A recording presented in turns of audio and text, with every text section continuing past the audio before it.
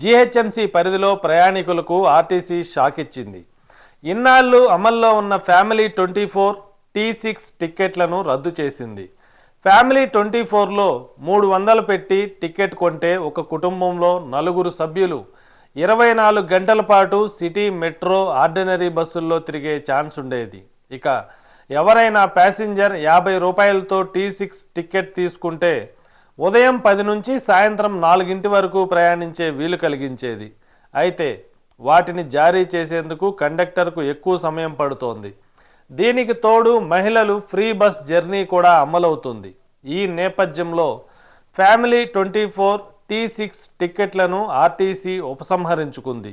మరి ఈ నిర్ణయంపై మీరేమంటారు? ఫ్యామిలీ 26 T6 టిక్కెట్లు అవసరం ఉన్నాయా లేదా? కామెంట్లో తెలియజేయండి. Please like and subscribe ITTV. Thank you.